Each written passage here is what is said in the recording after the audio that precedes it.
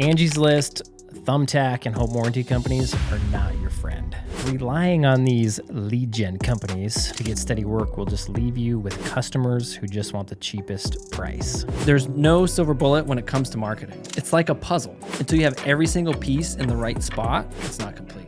I hear it all the time. Marketing companies are too expensive, Google ads are too much, and every time I tell them the same thing. The best way to market your plumbing business in 2024 is... Jared. What's up, man? Nothing, dude. How you doing? I'm doing good. Sorry, I'm gonna let the cat out of the bag. Okay. It's been a long time. Dude, it's been a while since we podcasted. Our beautiful audience doesn't really know that, but They have no idea. they have no idea we've been free. And they have no idea that we're podcast Mondaying right now, Oh gosh, which is way out of the Dude, ordinary. I don't like Podcast Monday. I'm gonna just say it right now. I actually kind of like it. You would say I'm pretty that. stoked right now. Well, I mean, I'm stoked to have a podcast, but like, I've had like a big, long weekend. wait. What do you mean you had a big long weekend? I mean, I've been busy. Like, I've been busier than I've ever been for various reasons, but mostly because I've been working on my van because my parents are in town. My dad's in town, helped me get all my solar stuff wired up, which is good because that would have taken me forever. Like the wiring part? Yeah. Yeah. Is your dad like a wire master or something? He was a electronics technician for the FAA, Oh, that's right. Yeah. and he just loves it. He geeks out over it. Yeah.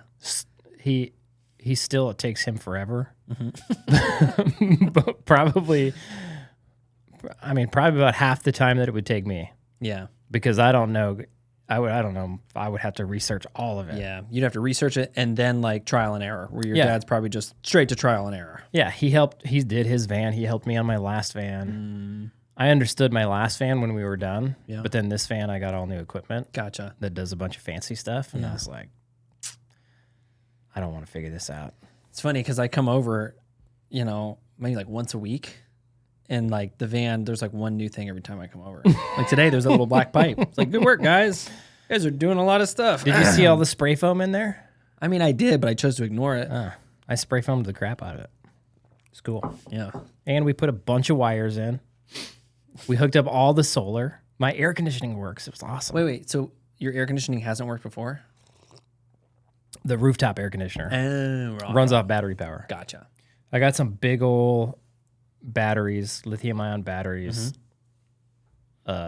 540 amp hours, 24 volts. Got a 24-volt air conditioner. We were running it today off the battery power. Dude, I'm going to be able to run that for days without dropping my batteries. It was cool. Nice. I was surprised. Yeah, very cool.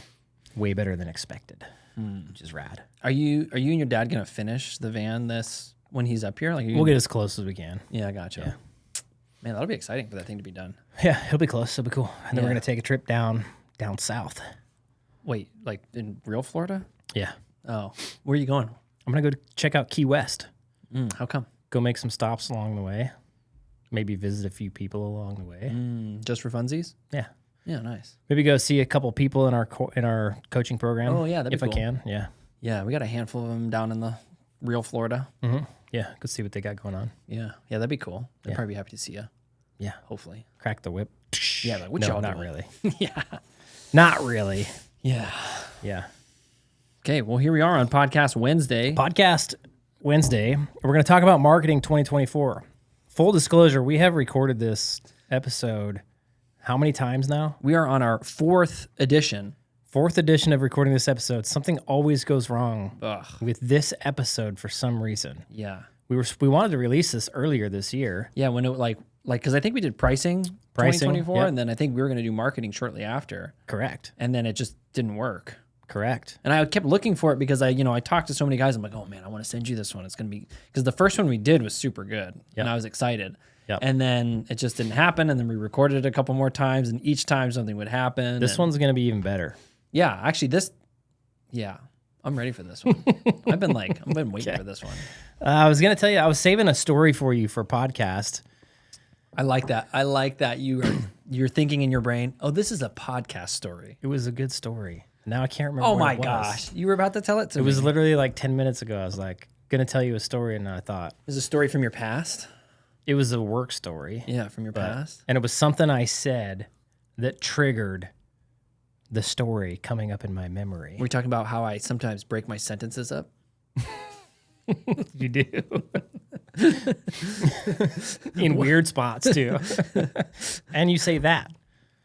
Oh, that's what it was. We were going to count how many times you say that. Yeah. I'm going to hire a VA to go through all our past podcasts and just count how many times you say that versus I say that. And then what's going to happen? Like, is it better to say that or is it better to not say that? I just think you say that a lot more than normal. Like, yeah, like there's a baseline. Yeah, like that, is the thing that you would, think about that doing. That's how you talk, see? Man, I'm pretty sure I've said that very sentence. I'm pretty sure you have. Pretty sure I've said very sentence. Yeah, anyways. So I was in my first company that I started. I was working with my business partner, Jason Pasillas. Actually, this is after I quit the company. I went back to work for the company. I went to work for him. So it was J&J Mechanical, and I was an employee, not one of the J's anymore. And we were working at this building, and the maintenance guy, I wish I could remember his name, but I don't. He would tell you what he has to tell you, and then he would say, you know what I'm saying? You know what I'm saying? Just like twice. That. Yeah. Every time? Every single time. And so but he would say it like after every sentence. And you would just shake your head. Yes, I know what you're saying. I know what you're saying. Would you do it like that? Like you would like? No. Okay. No, gotcha. never. So we started counting every time we would go over there how many times he would say, you know what I'm saying? And it was remarkable. It was in the hundreds. Like we'd be there for a couple hours and we'd get 100 or so.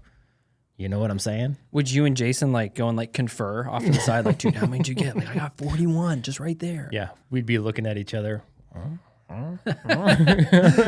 In my mind, this guy's short. Was he a shorter guy? No, he's a big dude. Oh, even funnier. Big dude. You know what I'm saying? You know what I'm saying? Yeah. It was like a statement, you know what I'm saying? And then a question. Mm. It was a good one. Man, how was he older than you guys? I think so. So back then, I was probably early 30s, 30. He was like late 30s. Gotcha. Early 40s. Gotcha. So he's like a decade older. I feel like that in between like the 30s and 40s, you start to like find this pattern of speech that maybe that's the last pattern of speech you ever have, and you just hold that one forever. You start to get weird things that you do that you hold on to. Like I'm getting like that. Yeah. What's one of your weird things? I don't know. That right there. Butter in my coffee. I don't know. Okay, when I find it, I'm gonna point it out. Okay, just for you. Yeah, cool. I know what yours is. It's not that. You say that, and you pause your sentences only when you're trying to think about what you're saying. Yeah, I would love to be the type of person who can think about what they say before they say it. Do you do that? Do you think about what you say before you say it? Heck yeah. Really? Yeah. How does that work in your brain? Like right now? Like, are you thinking of something? Oh, yeah. No, you're not. Yeah. Are you? Yeah. Oh, that makes sense. In the sense because you're not listening. That's why I don't listen when you talk. Because you're just like, okay, I got to get back to marketing. We got to wrap this podcast back to marketing. Yeah, back to marketing. Somehow we're going to loop it back. Anyway, I just did it for you. Cool. Okay, let's get into it. Marketing 2024. What is it? It's February. Yeah, this recording, this is late February. This podcast is coming out this Friday, I believe. Oh yeah, this is a hot off the press podcast. Hot off the press podcast. Oh, dude, perfect. We've been delaying. We got a bunch of podcasts in the bank, then we've been delaying. So this is hot off the press, coming out this Friday. It is towards the end of February. Yeah. It's going to be the end of February when this comes out. It's going to be March 1st. March 1st. Yeah. And for a lot of the world, for a lot of the United States, January was a pretty good month, especially with all the cold snaps and all that stuff that happened. Yep. And then it's like the bottom fell out in January for a lot of people. I know some people are still busy, like we're still busy in Alaska. But yeah. Who else is still busy? Like, is there another particular market? I don't know, to be honest with you. I think businesses who have been around a while and who have a good, solid customer base, who have really good brand awareness, and who have, like, if you have a solid customer base that you can lean on to call up and go into the house for doing some sort of free work, yeah, then you're going to be okay. Yeah. Like when we're slow, we start calling up all our old estimates. We start running ads and emails and text messages out to our old customers saying, hey, we're, doing water heater flushes for a, one-time $79 charge or something like that. Those ads, do you handle those, or is that your marketing agency who handles those ads, like to old customers, the ones that you just talked about? Typically, they're just done, like we'll send out a mass email in Service Titan or a text message. Gotcha. Okay, so that's sort of your finger on the button with that. Not necessarily like, hey, agency, can you run that we're slow marketing campaign? Yeah, that's hard. That's hard stuff for an agency to do. And that's easy stuff for a business owner, GM, or even a CSR to do. Gotcha. Just takes somebody like a one-time setup. Yeah. And then it's just a few clicks of a button. Yeah. Yeah, super easy. Do you have like a written down process? Like when we're slow, this is what we do. Yes, to an extent. When we're slow, it's like, hey, if there's not enough jobs on the board, this is what we do. Yeah. And there's a series of outbound dialing that we go through. So we start calling unsold estimates from yesterday and then backwards. Yeah.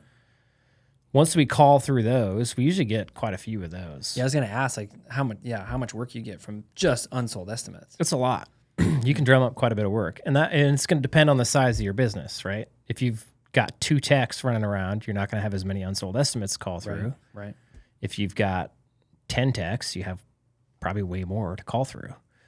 Also depends on the time of year as well. Like we noticed this year, kind of for the first time, and I don't know what it was, if like it was before Christmas, we had a slight, it seemed like people weren't buying stuff like they were.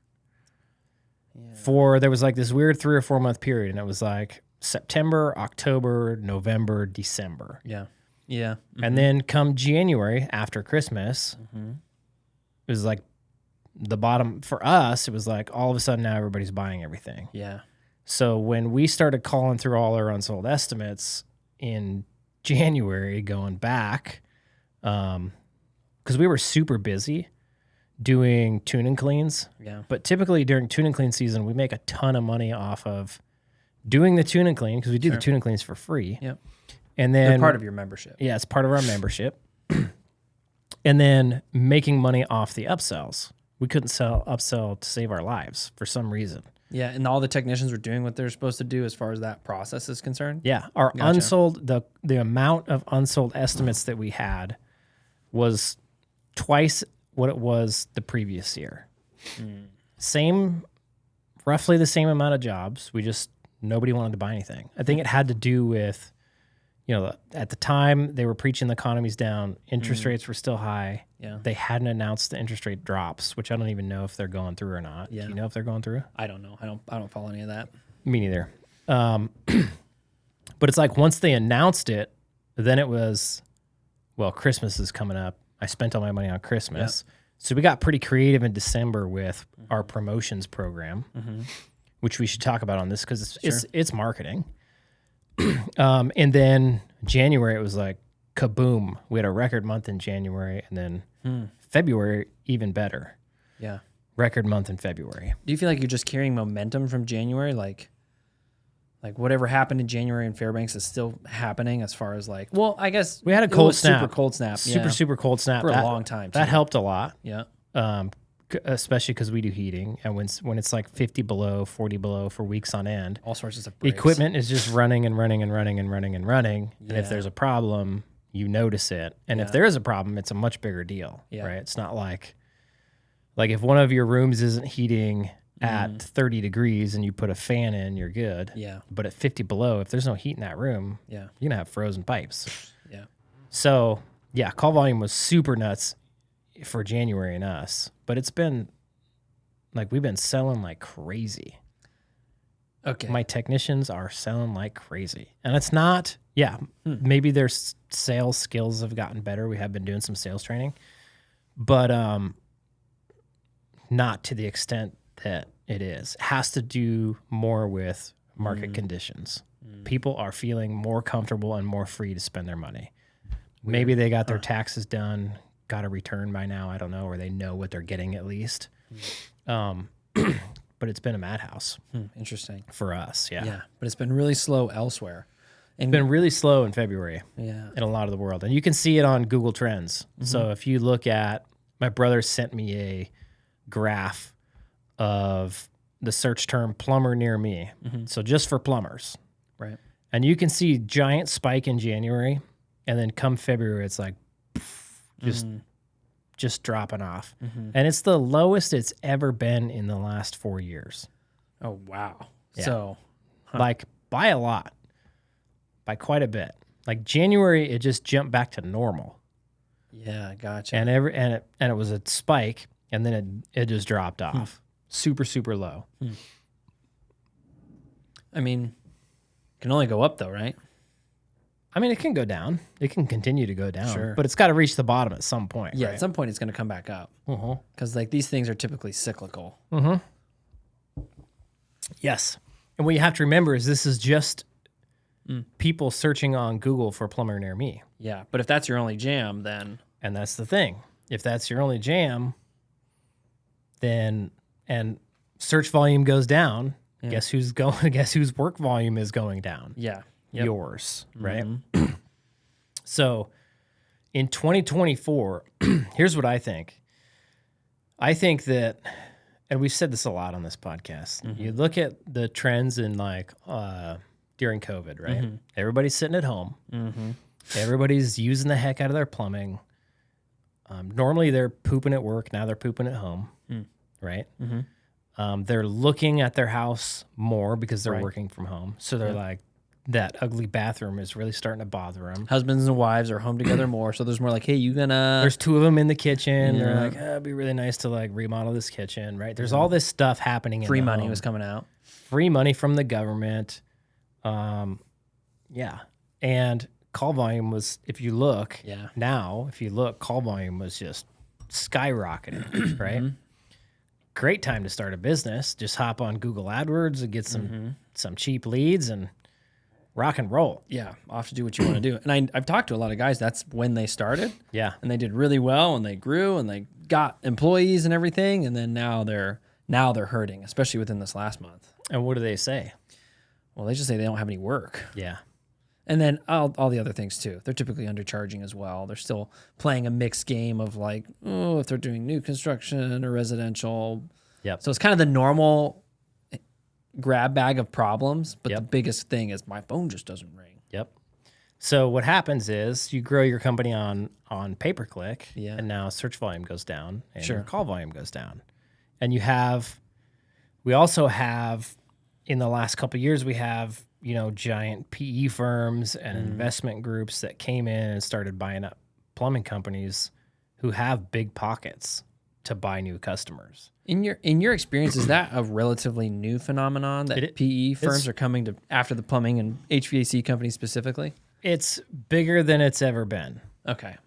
And it's I believe, like my understanding of it, I'm not going to say I'm an expert on it, but my understanding of it is that it's like the car industry, like the auto mechanic industry, right? They went through this big sales process boom, right? Where they were like, oh, we can actually change our entire business model to where this is actually a really good business. Sure.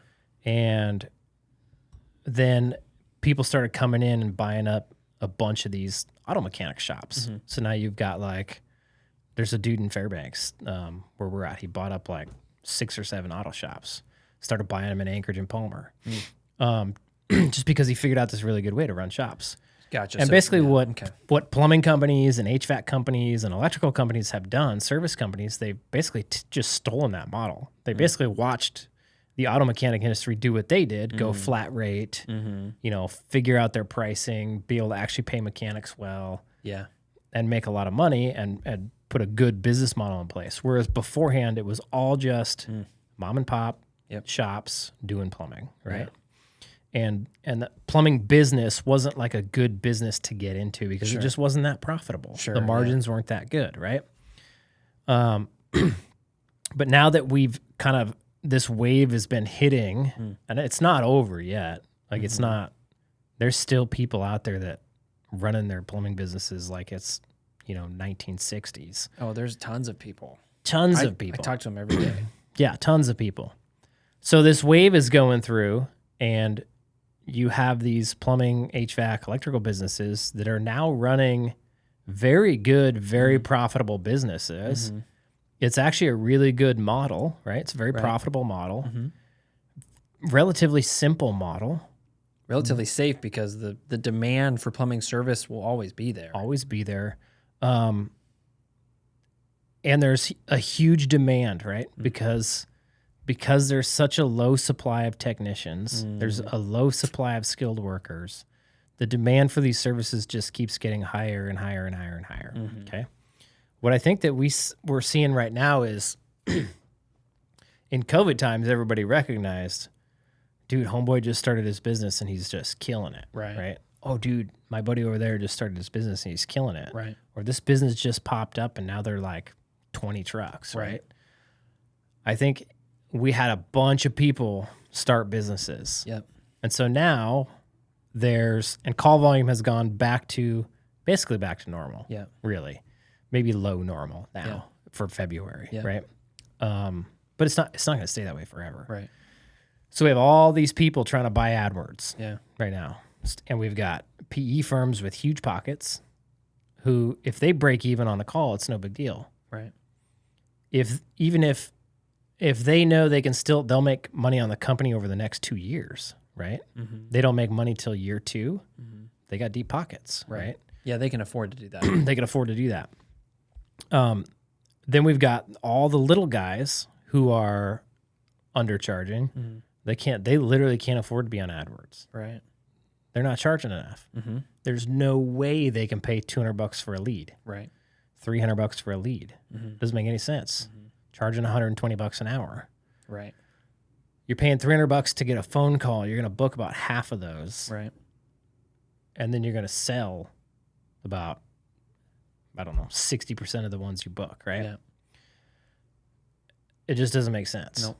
Unless you're charging a lot. Yeah. So we've got all these people bidding on a keyword. Mm-hmm. The search volume is low. The costs are going up. True. Mm-hmm. And it's tough out there.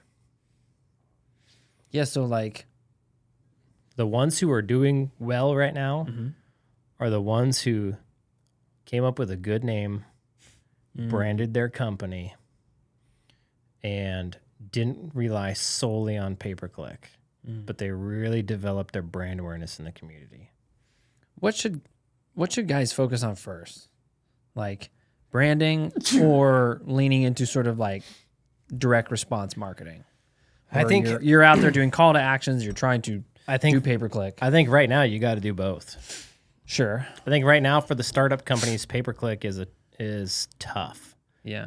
Like we've got guys in our coaching program, they literally can't spend their budget because the search volume isn't there. Oh gosh. So yeah, it's not even at that point they can't afford the leads. It's like Google's like, hey man, there's no one for me to give you. Yeah. Yep. Yeah. And so, yeah. So I think like 2024, I think it's really important that you do both. I don't think you're going to be able to have a successful pay-per-click campaign or a successful Google local service ad campaign without strong brand awareness. Mm-hmm.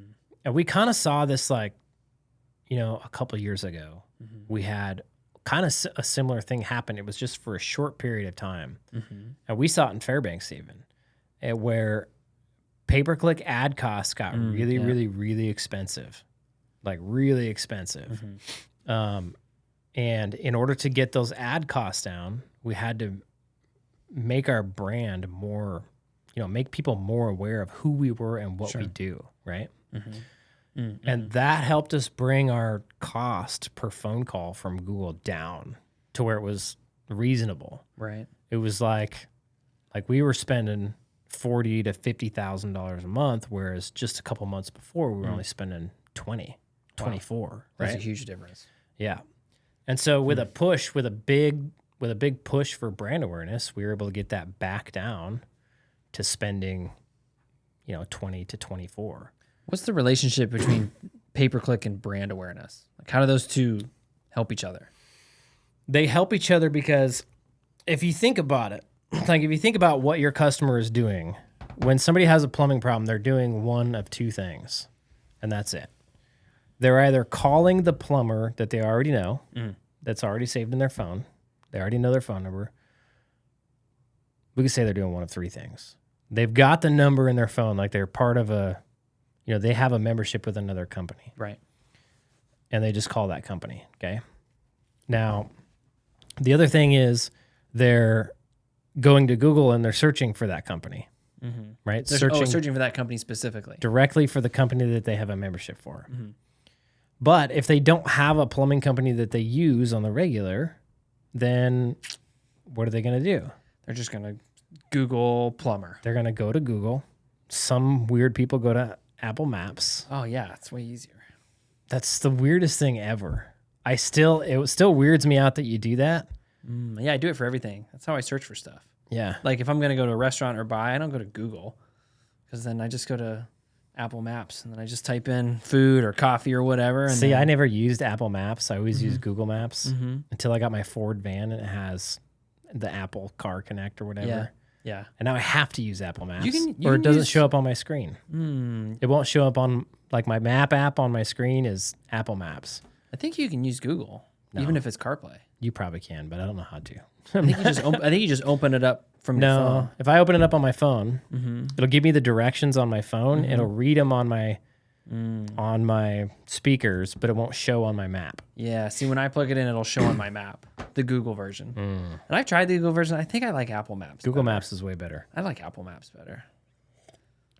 We can agree to disagree. Yeah. Okay. I don't have it in me to fight you on that one. So they're doing one of those three things, right? That's just because I'll win. I'll let you win. Thanks. You're a swell guy, you know I'm here that? for you. I know. You're so nice. Here to support you. And they're searching plumber near me, or they're searching the problem they're having or something of that nature, right? And Google is serving them ads. They're serving them GLSA ads at the top. And then Real quick, break down what a GLSA ad is. GLSA is, we'll go through that next. Okay. I'll finish this and we'll break down the types of ads that you're seeing. Okay. You're seeing a GLSA ad at the top. It's the ones with the little green check mark. Yep. Usually there's three of them. Okay. Do you have to have that green check mark to be a GLSA ad? Yes. Okay. So there's usually two or three, depending on if you're on your phone or you're on your desktop, right? Sure. So the customer has a choice there between those companies. Okay. And then they're seeing two pay-per-click ads. And then when they go to the map pack, sometimes they see local service ads and sometimes they see pay-per-click ads. Interesting. Right? So if you're paying good Wait, real money, quick. So the map pack, like, because I've heard marketers are like, we'll get you on the map pack. get you on the map Is pack, that really, bro. like, it's just referencing pay-per-click? So the way the map pack works is when you pull it up on your phone, you see, no, it's not referencing pay-per-click. It's organic in the maps. That's Okay. SEO. Okay. Very useful. I'm sneezing a lot today. What's up with that? I don't know. It's all the sawdust. Oh, all that van work. All the nasty chemicals I've been breathing in. The map pack is just when you're looking at the map, right? Yeah. And it's showing you the different plumbing businesses on the map. It shows one or two pay-per-click ads at the very top of the map. Okay. You'll see Okay. it. It'll say sponsored or ad or Yeah. something. Underneath that is the organic rankings. Yeah. Gotcha. It's Google saying for where you're at, these companies have shown to be to our algorithm be the best ones to show you in this spot, right? Yeah. And SEO will get you up there. Yeah. So It's a combo of things though. Yeah. It's SEO, it's reviews, it's updates on your GMB. All that stuff comes into play. So, but think about that customer now. Let's say you have GLSA ads going and you show up at the top. Right. Okay. And then you have pay-per-click ads going. And so you show up after that. Sure. Then they open the map pack and you're at the top of the map pack Sure. because you have a pay-per-click ad. And your SEO is real strong, so you show up organically. Yeah. Sure. Right? You're hitting a lot of different places. They're seeing you 4 places. And the customer now has to choose which plumbing company to use. Okay. And so they're looking at a few different things. Number one, who shows up the most is going to play a big part who they choose. Number two, if there's two companies that look identical, they're just picking one randomly. If there's two companies with 4.8 ratings and 1,000 reviews, and they're both branded well, and they both have a nice website, and they both say they'll come to your house and fix your problem, they're just picking one. Yeah, I'd probably, at that point, me personally, I'd probably pick one, either the one on the top or the one that I like the name better. Yeah. So then they're choosing it'd be a dumb thing. Off the name. Yeah, exactly. Oh, I like purple better. I'm going to choose this company. Yeah, exactly. Right? So now think about this. If you focus on brand awareness with your company, right? So your brand awareness is, instead of giving them an ad, right? When they're looking for you, you feed them an ad and hope that they pick your ad. Right. Brand awareness is, let's get in front of our customer and let's teach them about who we are, what we do, and why we're a good option for that before they ever need us. Okay? So now imagine if you can get somebody... You're priming the pump, essentially. You're priming the pump. Yeah. Imagine you get somebody to know, we need to just make up a fake company. Say I have a plumbing company in Florida, Pensacola, Florida. It's named Joe's Plumbing. Yeah. Terrible name, but we'll go with it. Terrible name. We'll go with it. You can check it out in the playbook. Hey, real quick, if you haven't grabbed our playbook by now, I don't know what's taking you so long, but this freaking thing right here, dude, there's so much free, good information in this. It's ridiculous. And you can get a copy of it for free. Link in the description. All you got to do is give us your email. We will email you a bunch of valuable emails after that, but that's it. We're just going to email you. You don't have to give us your phone number or anything, and it's free, so go grab it. And if you're listening, for all you awesome listeners out there, which is still weird to me that people listen to podcasts and don't watch them on YouTube, but whatever. Probably still cool people. Go to wealthyplumber.com/playbook. Grab your free copy. After that, if you need help with your plumbing business, you can book a call with our team. We'll talk to you. We have a coaching program. We'll get you the help you need. It's super awesome. Okay. That said, now you got to remember what you were talking about. I can't do that. I can't do a pitch and then forget. I mean, remember. I can't remember. You can forget. I can't even say the right words half the time. See, I say that a lot, but then you just forget about what you're talking about. That's because I have to think so hard about what I'm saying. Okay, now imagine Joe's Plumbing in Pensacola, Florida. Let's say Joe's Plumbing never shows anybody their logo. Yeah. Their name is not memorable, which it isn't. And their colors are red and blue, and they have white vans with a little bit of lettering on them, and they look just like every other van out there, and nobody knows who you are. Right. Somebody goes to Google, and they have to choose between companies. They don't know you from, what's the phrase? Adam. They don't know you from Adam. What's the butthole one? Oh, I don't know. Did we have this conversation the other day? Yeah, but we were talking about... it was elbows and assholes. Yeah. Whatever that means.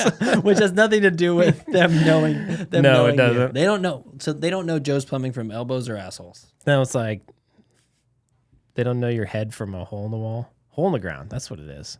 They don't know you from a hole in the ground. I've never heard that. That's what okay. I saw it on a slideshow the other day. The guy was like, "You don't know me from a hole in the ground." Then he showed a picture of himself.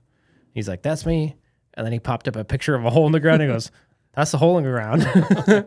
Now you know. Man, and you remembered it too. It was a good. Well. It was a good joke. Yeah. I'm gonna use that one someday. Yeah. Okay, so you don't know Joe's Plumbing from a hole in the ground, right? If you until somebody made the comparison for you on a slideshow. Yep. So now they go to Google. They're gonna pick whoever. So now imagine Joe's Plumbing says, "You know what? I'm going to make sure people know who I am and what my business does well and why we're a good option. Like why you would choose to work with my company over the rest of these companies, okay? Maybe Joe's Plumbing is really good at answering the phone. Right. A lot of plumbers don't answer the phone very well. And Joe's Plumbing is like, you know what? We got dedicated CSRs on staff at all times to answer the phone. Right. Plus, we have a 24-hour answering service that we pay to answer our phones 24/7, right? So they always answer the phone.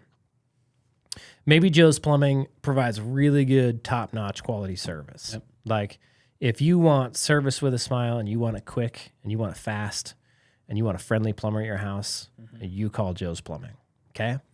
Now, imagine if he gets that message along with his name and along with his colors, okay? And Joe's Plumbing in the playbook is yellow and purple. Terrible name, but he could still do it. Right. Now, let's say He's got a logo in there. yeah. Let's say he starts running ads on social media and he starts putting out funny memes to grab people's attention. This is what we do in my company. Yeah, these aren't ads like call now button ads, right? Nope. These are just like awareness. These are just like funny ads to grab just people's kinda- attention. Yeah, sneaky ads. And get them to know who Joe's Plumbing is, right? So you start running those funny ads that grab their attention and then start running along with it your reviews, your Google reviews. Right. You take your Google reviews and you turn them into a post and you run them as an ad to the same person. And let's say you do that enough to where somebody on Facebook and Instagram, when they're scrolling through their phone, they are, they start seeing you like 10 to 15 times a month on their phone. They start to become aware of who you are. Whether they want to or not. Whether they want to or not. Yeah. Now, let's say that you're running those ads in the same areas that you're running your pay-per-click ads, okay? Let's say there's, and this is how I would do it. Let's say there's a few neighborhoods or a few zip codes that I make the majority of my income from. And so I target, I'm already in those neighborhoods, right? So I'm spending on PPC, I'm getting phone calls, I'm doing work, I'm tracking on Service Titan where I'm doing that work, right? And so I start to learn my hot spots where I'm already at in my community. How important is that part really quick? Because if guys aren't on Service Titan, how important is it that they track where all their work's coming from? So I think it's really important to, because if you think about brand awareness, like the reason I said 10 to 15 times on your phone, right? Getting people, you want to see you often enough. It's about the frequency, okay? Yep. And so if you can serve all of your ads to the same group of people, okay? Yeah. Your pay-per-click ads, when they search a plumber, they see you. Facebook ads, when they're on Facebook and Instagram, they see you. When they go check their mail and they get a mailer in the mail, it's your company, right? And you know you're already in those neighborhoods doing work, which means they're going to see your vans. Right. Okay? That's 4 touch points. All Four different mediums too. Yes. A search ad, a digital ad, a print ad, like in their face, they can touch it and feel it, and then giant van in front of them driving down the road. Right. Like this is a really good combo of ads. Right. Okay. And if you're small, you can target super small audiences and target them with your pay-per-click, your Facebook, your mailers, your vans, all that stuff matters, right? So now imagine this customer, okay? Just imagine the customer now for Joe's Plumbing. They're like, I keep seeing this Joe's Plumbing guy on my Facebook feed or my Instagram feed or whatever, right? And then they're like driving down the neighborhood and they see one of your vans. Oh, that's that Joe's Plumbing guy. I saw his ad on Facebook. And they honestly might not even be thinking in that way. Their brain is absorbing that information. Yeah. Like when I see, I mean, we'll just read words as we're driving down the street, whether you want to or not. Yep. Like you'll be like, there's some words, I just read them. You'll recognize colors. Yes. And so when you see a purple and yellow logo and Joe's Plumbing on the internet and you see a yellow and purple van, you're like, you see it, you read it in Joe's Plumbing and you start to, you see it enough and you start to connect the dots. Yeah. Okay. Oh, it's Joe's Plumbing van. I see Joe's Plumbing on the internet. Yeah. They must be doing stuff. They must be doing active. stuff. They must be a real business. Okay. Now let's take it a step further. Let's say a few days later, that customer, let's say every quarter that customer gets something in the mail from Joe's Plumbing. Now they have a mailer. They've seen your van a couple times. They have seen your ads on social media. And they're starting to get to know who you are pretty well, right? Now, let's say they have a plumbing problem. Sure. They may just go into their phone and be like, I'm going to call Joe's Plumbing. Right. That happens. That is the best option right there. They go straight to you. Cut Google out of it. Just cut them out. Now, Google recently with Google local service ads, if people are searching for your name, you have the option to show them a Google local service ad because I'm sure they want revenue from that. Yeah. They recognize people are going strong on brand awareness, And they're like, wait a second, we still want our cut. and they want some cut of that. Okay. Now, they're either going to call you directly. They're either going to be like, oh, I'm going to call Joe's Plumbing. I've seen their vans. Yeah. I've got their mailer. I've seen their Facebook ads.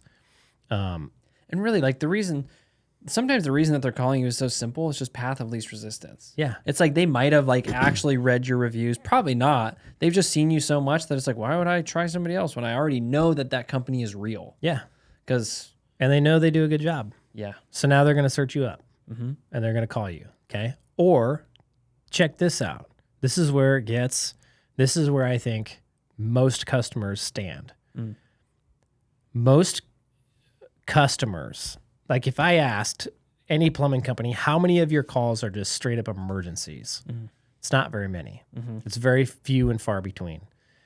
Typically, it's the customer has this nagging plumbing problem, right? Or this thing that they've been dealing with for a while. And it's gotten bad enough or annoying enough to where they're willing to go through the inconvenience because it's an inconvenience to them to have to find a plumber, to call a plumber to their house and spend money on something they don't want to spend money on. It's an inconvenience, okay? That's why plumbing customers just aren't very happy all the time, right? No, yeah. Because It's not, it's not like they're buying something cool. No. They're not like, yeah, I'm so excited for this. Yeah. So it's finally become a big enough problem to where they're willing to get rid of the inconvenience, pick up their phone and give you a call, okay? Or search for a plumber. Okay. So let's say in this scenario, some customer has a water softener and their water softener's been on the fritz and they've been just dealing with hard water and finally they're tired of it, leaving white spots on their toilet or on their sink or in wherever, right? Or they're tired of the way it feels on their skin in the shower. I'm like, you know what? I'm going to call somebody.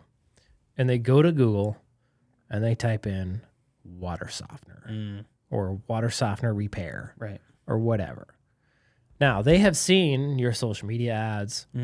They've seen your trucks. They've gotten your mailer in the mail. Now they search for water softener. They're like, oh, yeah, Joe's Plumbing. I remember these guys. And they click on you and they go to your website.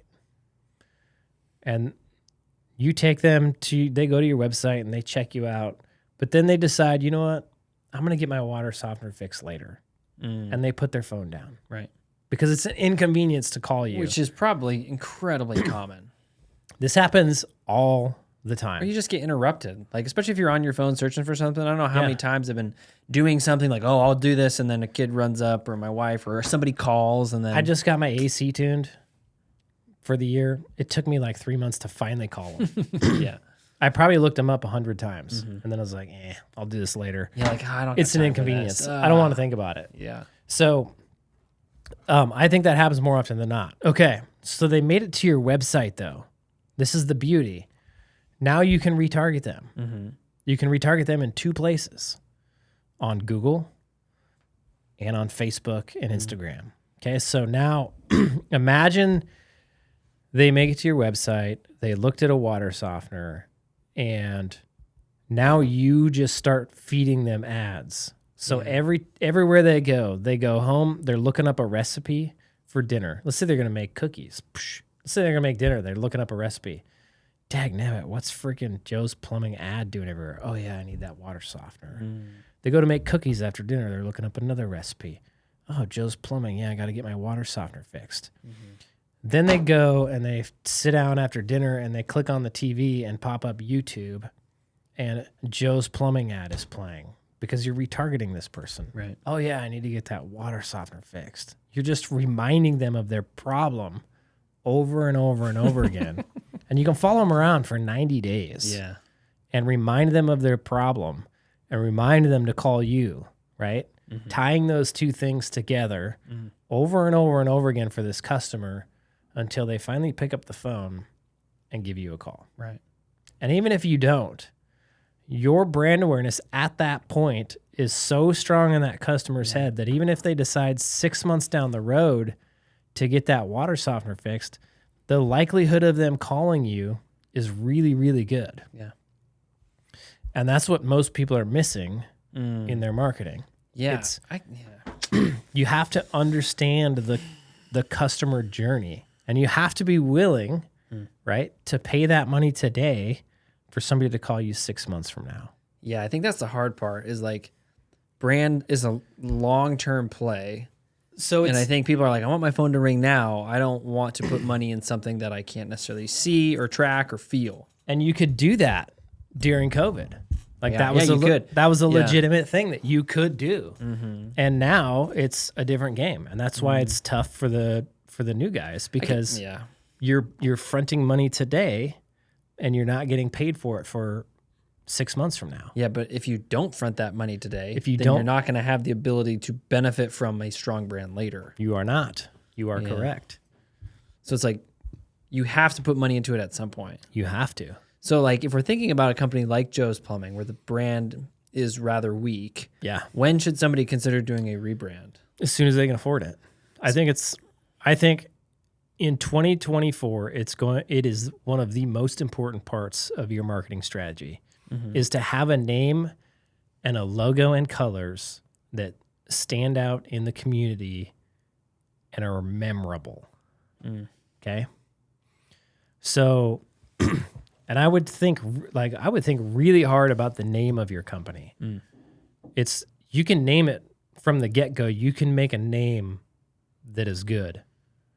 So don't be lazy with the name. It's probably the thing that guys are most lazy with. They're like, the name's okay, but I got really cool colors or a really cool logo. I wouldn't even say that. I think it's mostly like here's the name. It's just my last name or my initials or whatever, and then here's a picture of a plumber or a house or a pipe, and that's it. And then it's just like, all right, let's go get some work.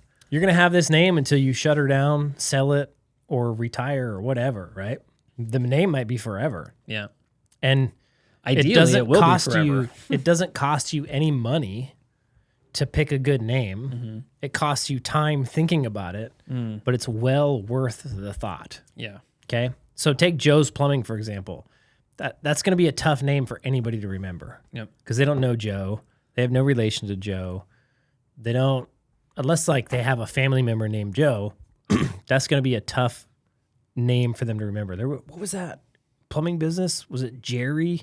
Was it Jimmy? Was it Johnny? Was it somebody Jay's Plumbing or something? Jay's Plumbing? I can't remember. Just search plumber and then see what you get. Yeah. Oh, maybe it was this one, Jerry. Yeah, I think so. He's got some purple in there. Yeah, well, I don't really care. Just pick Jerry. It's fine anyway. Exactly. Now, if like for name purposes, right? The only name I know to think of that's like, I want to tie my business to the area that I'm serving. So the only business I know to use is mine. I'm trying to think of another one that did a really good job at this. There's a few different like ideas around naming. I think the best one is to tie it to something local in your area. Sure. So, for instance, our name is Prospector Plumbing. Fairbanks is a gold mine town. Right.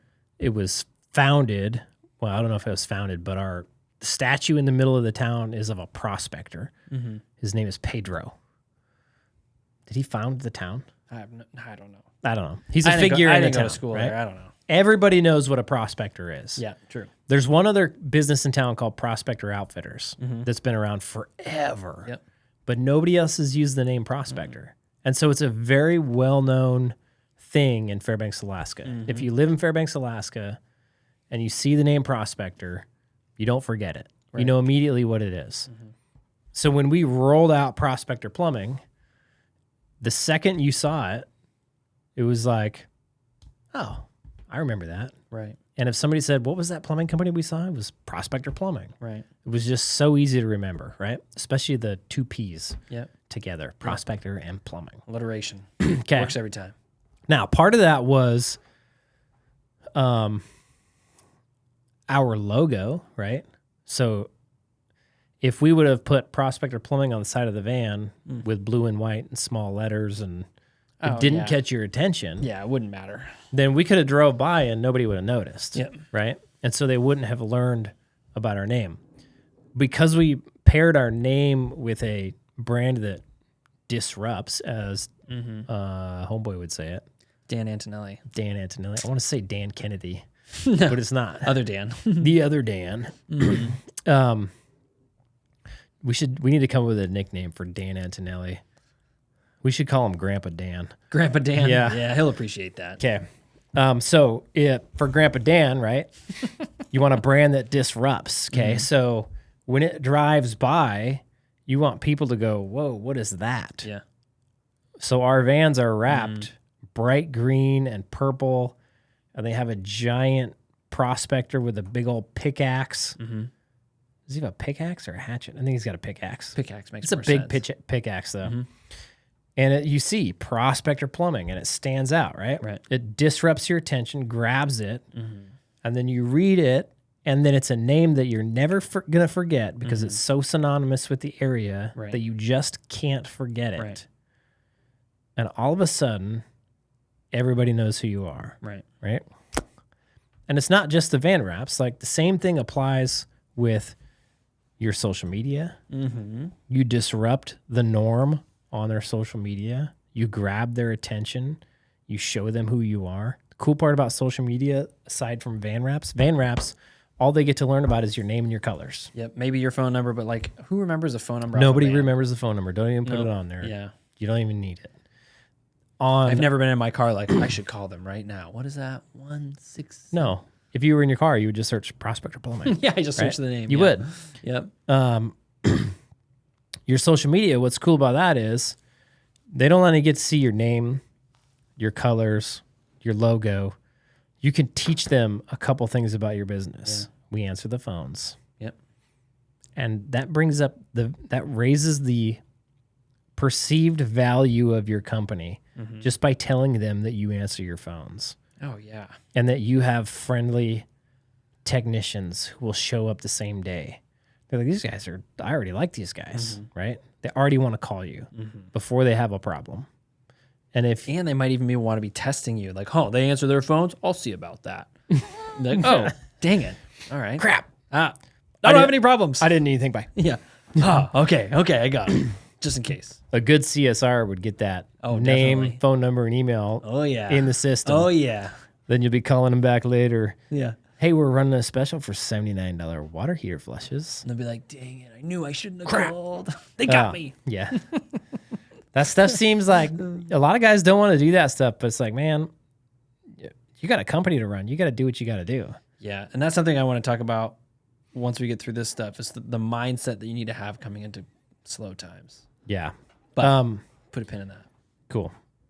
So a well-named, well-branded company who spends money on brand awareness, right, is willing to get into Facebook ads, is willing to get in front of the community. Like, you can throw so many pieces in this play, right?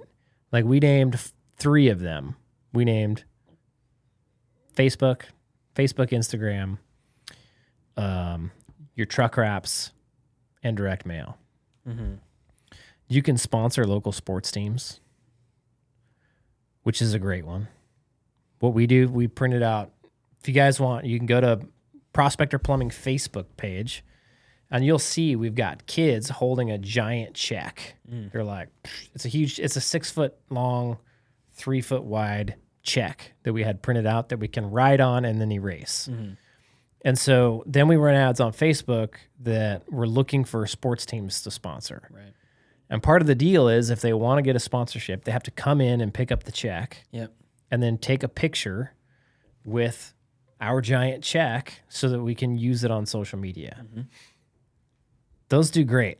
Yeah. It's like brand awareness on steroids. Yeah, because I mean, you're doing something good in the community. And everybody loves it. Yes. Everybody's like, man, okay, these guys are expensive. They're really good. And they give back to the community. Yeah, and that's what people I want to support this. Yeah, most really people, like this. at least the customers that you want, their values are going to be closer to like, well, I'm going to support something local because that's kind of what I believe in. Yep. I like to see local businesses doing things in the community where I live. Yep. So then you take that same picture and you go post it in all the community groups. And you just say, hey, big shout out to this kid. We just sponsored him. Thank you for letting us sponsor you. If you guys want to go catch a cool hockey game or want to go catch a cool soccer game, make sure and go check out our local sports. Right. Right. And you can make it super not weird. And now everybody in that local Facebook group just saw your post and knows who your company is and knows that you're doing good things in the community. So you can leverage those. You can get involved in B&I groups, Chamber of Commerce groups. There's so much stuff that you can do if you just open your eyes and think about, rather than paying for leads, how do I get people to know who I am? Yeah. How can I get in front of people so that they know who I am? That's going to be the ticket in 2024. With branding, what would you say is probably the most important rule of thumb when you're building your brand? The most important rule of thumb. Yeah. I have no idea. Like if you could boil it down to like, because what you're trying to do is you're trying to get in front of people as much as you can over a long period of time. Yeah. So you have to have a name that's memorable. Right.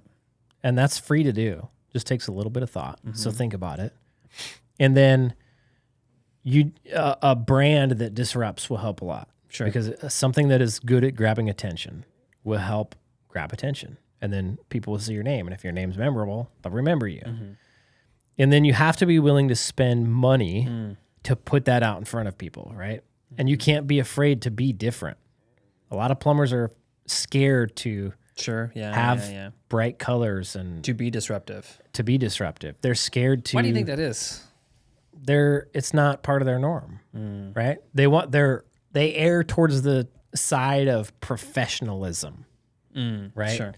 Rather than grabbing your attention. Yeah, like when Coca-Cola makes a funny commercial, I'm never like, oh, they're so unprofessional. Oh, these guys. I'm just like, man. You're just like, oh, good commercial. Yeah, oh, that was funny. Yeah. I appreciate that. Coca-Cola. Yeah. I'm thirsty. I'm going to get some water. Yeah. Don't be afraid to spend money on advertising. Yeah. And then even like brand awareness, yeah. Yeah, brand awareness. Spend money on it. And consistency over a long period of time will pay off. Yeah. You're not going to see returns tomorrow. Yeah. If you're just starting out on, like, you have to be willing to do it long enough to see results. Yeah, don't quit too early, especially with brand awareness. Like, it's the thing that at the end of the day will carry. Like, if you start brand awareness today and you you commit to it consistently for the next year, and let's say your strategy is mixed medium, like you're spending whatever you can on social media, but then you're printing out flyers and you're doing all this and you're doing this consistently. Next year, this time, when we see the next dip in the market, right, for call volume, your brand will be so much stronger. When we see the next rise in call volume, you're going to get way more calls. Yeah, true. You're going to be able to spend less on pay-per-click during good times to get calls than your competitor who has a crappy brand. Yep. He's going to have to spend more to get the same call volume just because your brand is better. Yeah. Just because you pre-spent some of that money to let the company know or let the customers know, let the community know who you are, why you're a good option, and why they should be calling you. Right? It's common sense. I mean, at the end of the day, like, it really is, because how is somebody going to choose your company if they don't know anything about your company? They're not. And like, don't get so caught up over like, well, I can't track the exact ROI of this Facebook ad meant to just get attention. You can't. Nope. And that's okay. You absolutely cannot. And that's why a lot of guys don't want to do it. Yeah. Well, what's my ROI on it? Yeah, what's my return? I need to know that I'm going to get money from it. Actually, and I think that underneath that, there's this skepticism that exists where it's like, oh, here's a marketing company. They're trying to get money from me, so I better see a return or else they're ripping me off. Yeah. When at the end of the day, it's like, put that skepticism on the shelf and just like... People forget what advertising has always been. At its core for the last however long, 100 years, I'll say. I mean, probably Way far longer. longer. Advertising, Ever since a human was trying to get another human to do something. advertising has been, look, if this is who we are, this is what we offer.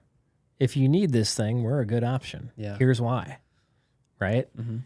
It wasn't until pay-per-click came out and it caught on in the plumbing community that was a good way to get plumbing leads. Yeah, that's actually and true. then it became this crazy like lead focused, ROI focused advertising that swept the plumbing world and everybody forgot about your brand. Yeah. And if you look at all the guys who've done really, really well, they all focus on their brand big time. And I feel like brand's closer to like word of mouth. We're like, before pay-per-click was a big thing, like almost like word of mouth was sort of this brand that you carried and it would get you work. Yeah. But the problem that we see with word of mouth is that, one, you can't scale off of word of mouth. And also you don't really know who your customers are with word of mouth. You can scale off word of mouth, but like in today's day and age, even with word of mouth, like let's say you're over at my house and I just had some plumbing work done. You were like, oh, who'd you use? And I was like, oh, Joe's Plumbing. He's great. You got to check him out. And then 2 weeks go by or 3 weeks go by or a month goes by and you're like, man, I need a plumber. What was that plumber that homeboy recommended? Right? But if you had a memorable name. Sure. And you had a sticker in that person's house or something like that, it's going to make a big difference. And then when you go to Google and you're like, oh man, it was like what was the name of that company? And you type in plumber near me and you see. That was it. Oh, that was it. I see the colors. Yeah. Oh, that was it. Or he recommends Joe's Plumbing and then you start noticing Joe's Plumbing Facebook ads. And you start noticing Joe's Plumbing's vans driving around your neighborhood. You start noticing Joe's Plumbing on the back of your kid's soccer team, whoever they're playing against, whatever. Yeah. It's on the back of their jerseys. Like, oh, Joe's Plumbing. That's the plumbing company that Homeboy used, right? It just makes brand awareness makes word of mouth work better even. Yeah. And so it all works together. Yeah. Yeah. It's like when we first got down here to Florida, we noticed my wife was like, I want one of those new Broncos. And then all of a sudden we started seeing Broncos everywhere. Yeah. It's like, what is Pensacola, like the town of like Broncos or something? Yeah.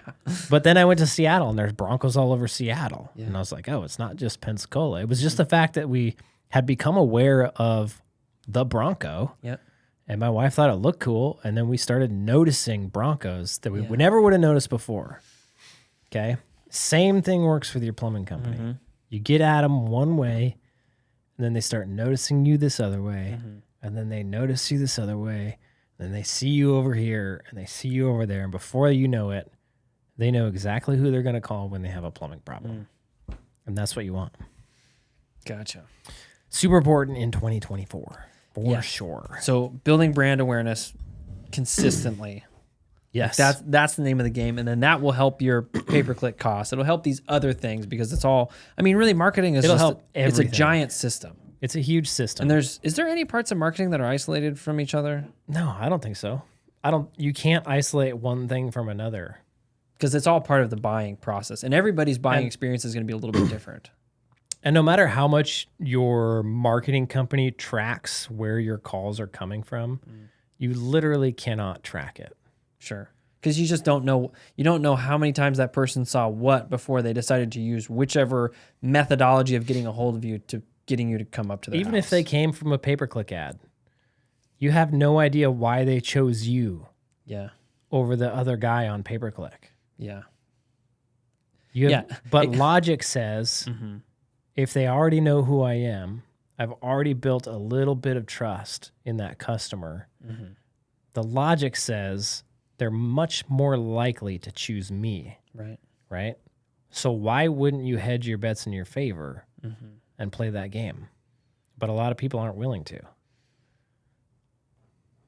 And just because of the cost? Just because it's cost prohibitive? Because they can't measure the ROI. Yeah. So then it's a scary thing. You might spend, I can't tell you who's called us from Facebook. Nobody. But I continue to spend $2,500 a week on Facebook. Yeah. Because I know that it gets people to know who we are and it reminds them of us. Right. And when they need a plumber, they're going to go to Google and call us. Right. That's why. But a lot of guys aren't willing to do that. But that's the game you have to play in 2024. For sure. You have to put that brand everywhere. Yeah. There was a realtor in Fairbanks. His name was Wes Madden. He'd been around for a long time. And do you remember Wes Madden? Oh, yeah. Do you remember when... I went with Wes Madden for one of my houses. Did you? Yep. Do you remember when all of a sudden it was like, where'd this Wes Madden guy come from? It was just like, bam, Wes Madden, Wes Madden, Wes Madden, Wes Madden. He was on the radio.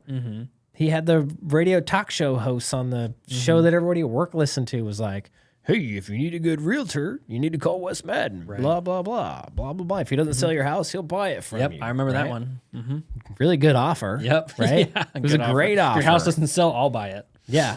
And it was like he just exploded out of nowhere all of a sudden. All it was he'd been a realtor for like 7 or 10 years. Just nobody knew who he was. Right. He was super unsuccessful until all of a sudden one day he said, you know what? People need to know who I am. Yeah. And all of a sudden the dude exploded. It was like all of a sudden everybody was using Wes Madden. Madden Real Estate became like the biggest real estate agency in Fairbanks, Alaska, seemingly overnight, right? And then he was in a few short years, he was able to sell that. I don't know how much for. Probably a lot. Yeah. I'm sure a few million.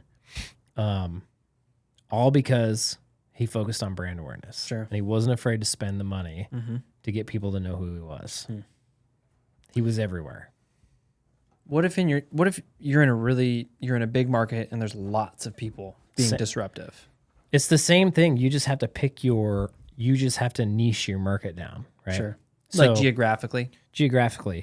Because it's really hard to do brand awareness. You know, if you have 1 million people, it's hard. It's going to be really expensive to get 1 million people to know who you are. Yeah. But you don't need 1 million people to know who you are. Right. We make $5 million a year in a market of 32,000 homeowners. That's not very many homeowners, right? And we're able to spend, our audience on Facebook is 26,000. And we spend $2,500 a month on Facebook. You can pick a small subsection. Yep. And that's why I say the best way to do it is to go look at geographically where you're making most of your money right now. Because that's where your vans are the most often. You're already there. You know that you already know there's good customers there, right? And so if you're on pay-per-click, you already know that you're getting jobs from pay-per-click and they're taking you to these areas. So these customers in these areas are already attracted to your business, okay? So you know your customers are there. Right. So in Facebook then, go build an audience with those same zip codes and start feeding them Facebook ads. We have a very unique Facebook ad strategy. I don't know if we want to go into that right now. But they can go to your Facebook page. You can go to Prospector and check it out. You'll figure it out right away. I mean, essentially it boils down to like be valuable in your content, meaning do funny stuff that's actually funny. Yeah. And then don't be afraid to like push the envelope just a little bit to get people's attention. Yep. And then just showcase that do cool stuff and you're good at it. Like here's our 5-star reviews. Yeah. But even that, like it should still be disruptive in the content. Yep. So it's not just like, because if you look at Prospector's Facebook page and you look at, generic plumbing company who's even successful. Yeah. Like go grab a franchise's Facebook page who seems to be doing well in your market. Yeah. And you look at their Facebook and it's super boring. Yep. It's very much like, here's a Canva template of a review. Yep. And like, here is Annie was really happy with the work. Excellent. Like, who cares? Or like, hey, here's a dripping faucet. Remember, dripping faucets, and it's like, nobody's going to stop the scroll. There's no attention. There's no disruption. So, I mean, you guys will see it really quick if you just go to Prospector's Facebook. Yep. Makes sense. Yep. Okay, so start spending money on Facebook in those areas. Then start spending money on mailers in those areas. There's a really good direct mail company called MailShark. I don't get paid by them, by the way. I just sat down and got through their demo. We have a few people in our course that use them. It's actually really cool if you're a small guy. They can put you on a really small budget, and they can drip your budget out over time.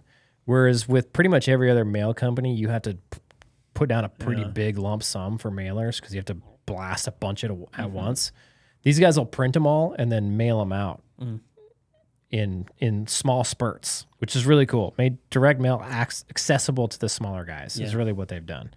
So you could get on MailShark, really cool service, and go start dropping, and they'll actually help you do this. They'll pull your Service Titan data. They'll put it all into a spreadsheet. They'll be like, look, you're already making money with these customers. Here's all the customers that we pulled from our system that you haven't served yet in those areas. Oh my gosh. Let's go send all of them mail. It's a really cool service. Okay, so now everybody's getting your mailers. And then they start seeing your vans drive around. You get more work in these areas. You start to own a certain area. And you don't have to own a very big area to have a pretty decent sized plumbing company. Yeah, especially if you're small and you're in the stage of like, we just got our pricing fixed. We got to stack cash. Yeah. Like you can lean a lot into a good area in your market. Yeah. And to be able to actually accomplish that stacking cash mechanism in your business. Oh, yeah. Yep. Without having to like spend gobs of money on a big agency at this point and all these really expensive ads and all this stuff. There was a plumbing business for sale in Chicago that I was looking at. They did $7 million a year in a 6-mile radius from their shop. And they literally wouldn't go outside of that radius. Yeah. If you were on the wrong side of the road, they didn't serve you. Yeah. They just wouldn't do it. Yeah. And so you're not in our service area. Yeah. Sorry. It's like, this is our jams right here. We know our business. 6-mile radius. And they're making $7 million a year. Wow. That sounds like a nice game to play. Yes. Yeah. And they'd been around for years and they didn't do any advertising. They just had really good brand awareness in that 6-mile radius, right? Yeah. Because they built it up over the years. Yeah. Yeah, actually okay, so thinking about this, it's a good framework to think, you know, you're in a big market, because I hear this all the time, like, man, it is so competitive here. Yeah. And like the thinking is the person who's saying that is seeing all the companies that they've ever seen, having lived in this area their whole life or whatever it is. Yep. Which makes it seem like the market is vast and huge and there's millions of companies. Which it's huge and there are lots of companies, but if you think about like, okay, well, think about this tiny area that you want to dominate. How many companies are there? Well, maybe a couple. Like, okay, so now your market suddenly is tiny. It's just that area. Even if there's 20 companies that serve that area, how many areas are specifically targeting that area with all of their marketing efforts? Yeah. Not very many. I'll tell you right now, like most companies don't focus on brand awareness. No. Like if we were to go to Phoenix and we were to go, there's probably hundreds, maybe even thousands of plumbing companies in Phoenix. But out of those thousands, maybe there's 100 that focus on brand awareness in a market of millions of people. Right. There's not that many doing it. And so when you start to focus on that, you immediately become different. You differentiate yourself out of the marketplace, right? Yeah, and it's the game you're going to have to play in 2024. Yeah. So you just got to bite the bullet and get after it. Bite the bullet, get after it. That's where I would start. If I were to start a company today, I would start heavy on brand awareness. I'd still do pay-per-click. I'd still do GLSA. Because even pay-per-click is brand awareness. True, to an extent. Yeah, you're like, it's not its main purpose, but it's a secondary.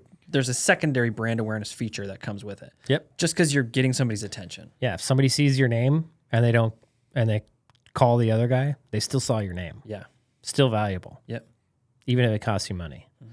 That's probably the most expensive brand awareness, but still valuable. Yeah. I wouldn't rely on it for brand awareness. No, not necessarily. Yeah. So where does like Thumbtack, Angie's, what's the other one? Yelp. Like where do those play into this factor? Thumbtack and Angie suck, I think. It's a different kind of customer going there, right? Yeah. So before we were thinking about the customer journey and it's people going to Google, right? And people on Google, they're either looking for reputable company with lots of reviews who they think is going to take care of them. That's who you want to be, because those are the customers that you can make money with. Or they're going on there and they're looking for the small one truck chuck, no van wraps, because they're honest and affordable, right? They're not trying to rip you off like these other big guys. Right. The reality is that they're not on. Everybody's honest. Yeah. And everybody is actually, I would say the big companies are actually affordable. The smaller companies just aren't making any money. Right. And it's a confusion of the customer. Right. I think if they knew what they were supporting, I would hope that they would choose differently. Yeah, at least think about it. Yeah. But so you have those customers that go to Google and they're doing one of those two things to an extent that I didn't understand how much that happens, how much the customer is choosing between what the company looks like online. Right. It's crazy. Right. Blows my mind. So on that note, like the way you look online is extremely important. Yeah. Extremely. Yeah, because it's gonna express the type of company you are, and for people who are looking for a cheaper company, they're gonna look at a cheaper, crappier website and be like, all right, cool, this is probably closer to what I'm looking for. This is the guy. He's gonna be affordable. Yeah, right? exactly. Yeah. I can't afford the guys who looks like these other companies because I've tried them and I know what they get me. And this is why a lot of the guys, when you talk to them, they're like, all the customers just want the cheapest price. It's because you look like the company that all those customers are calling. Right. They're calling you and they're wanting the cheapest price because you look like the cheapest price. Right. The way you look matters so incredibly much. I mean, perception.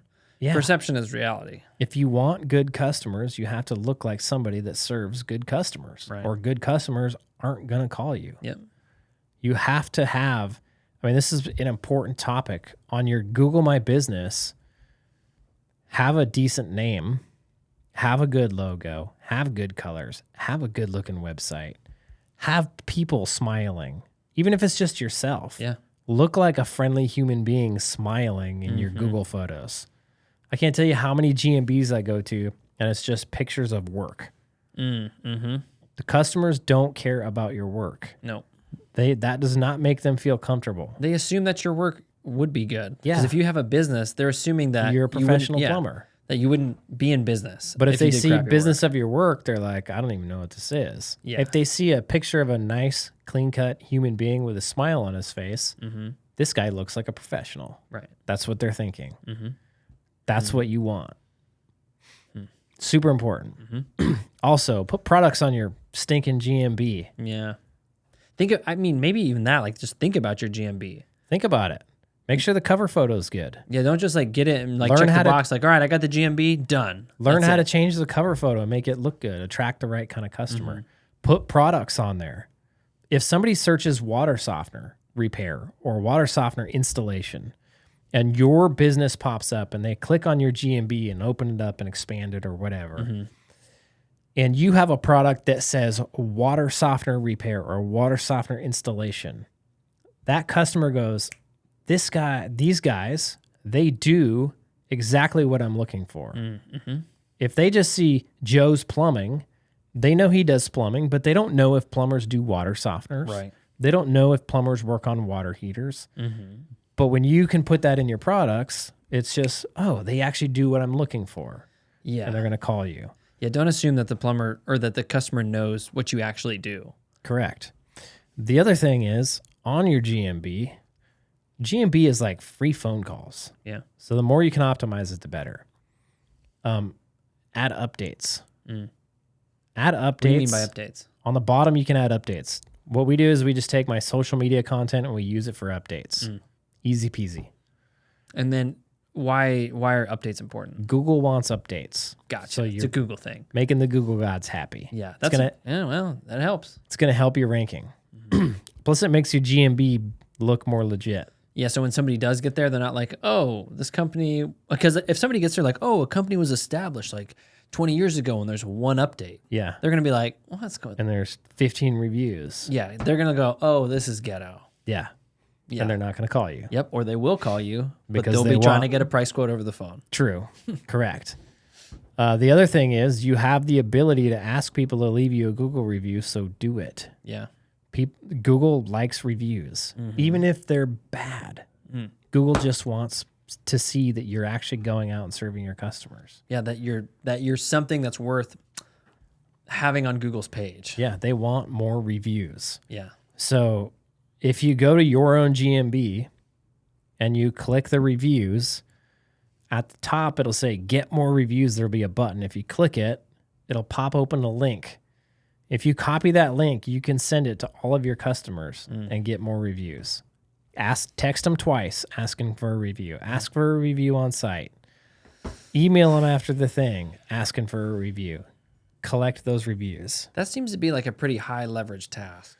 Dude. Like if you're just starting out, like, because there's so many things when you're just starting out, or if you're young in your business, not even necessarily just starting out, maybe you're just young with review counts.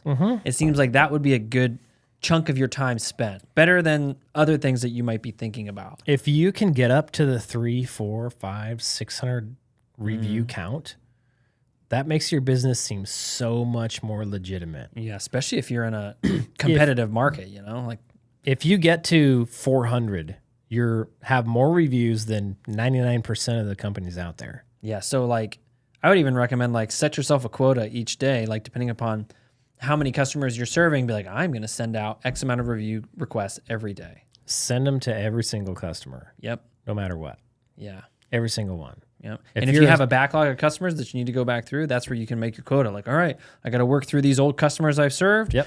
Let's get like a template for text messages and then just text them out. Yep. Second number, third number, fourth number. It'll be like boring and mind numbing, but it's like you'll get reviews from it.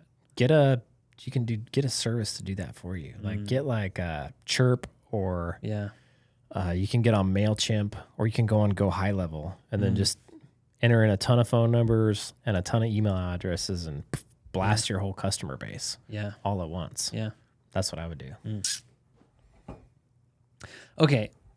Last thing, like it's probably easy to get discouraged when it's super slow.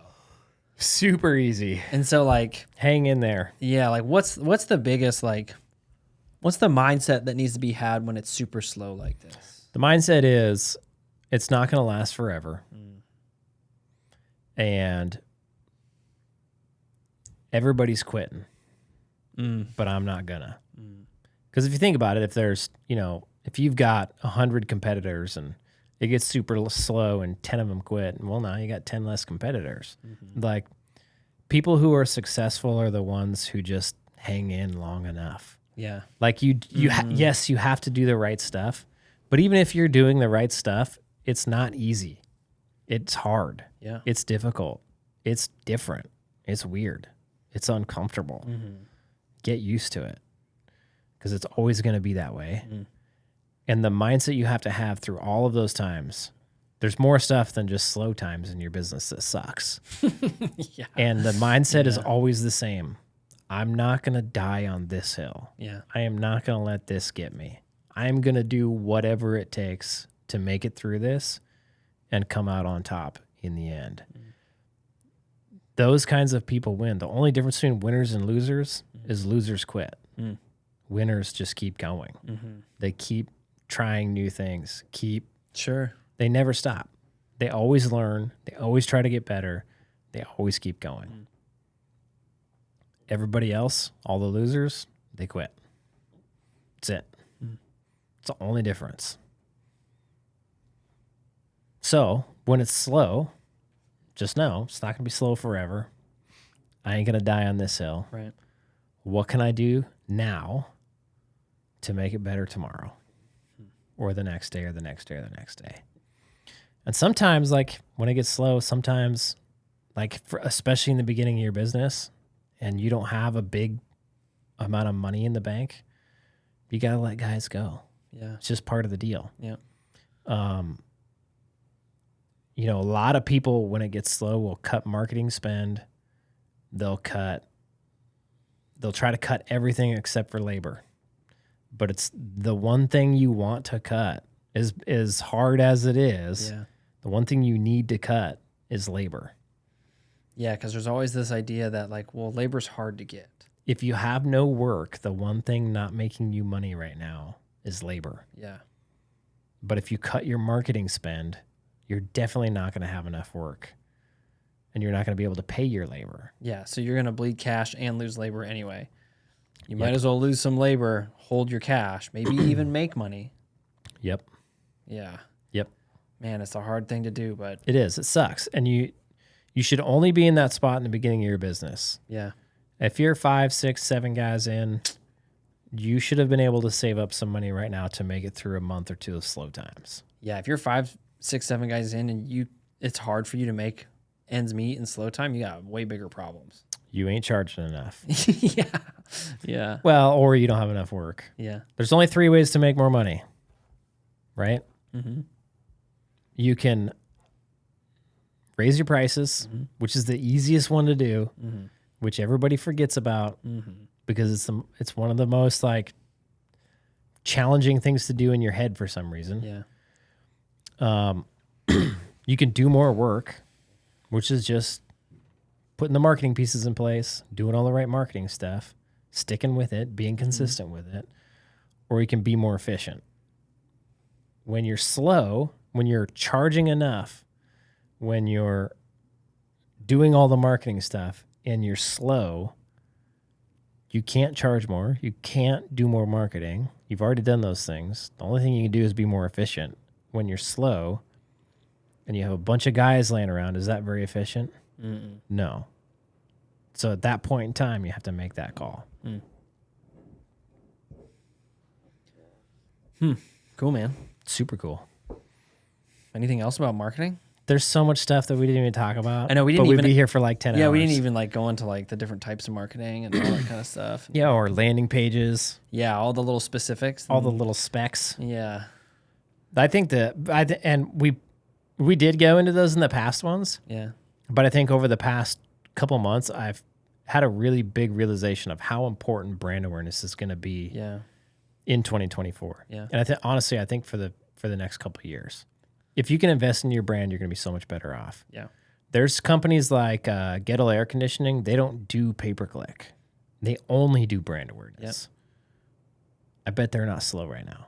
No, they're probably not. Yeah. Just doing normal They're stuff. probably doing super good. Yeah. Yep.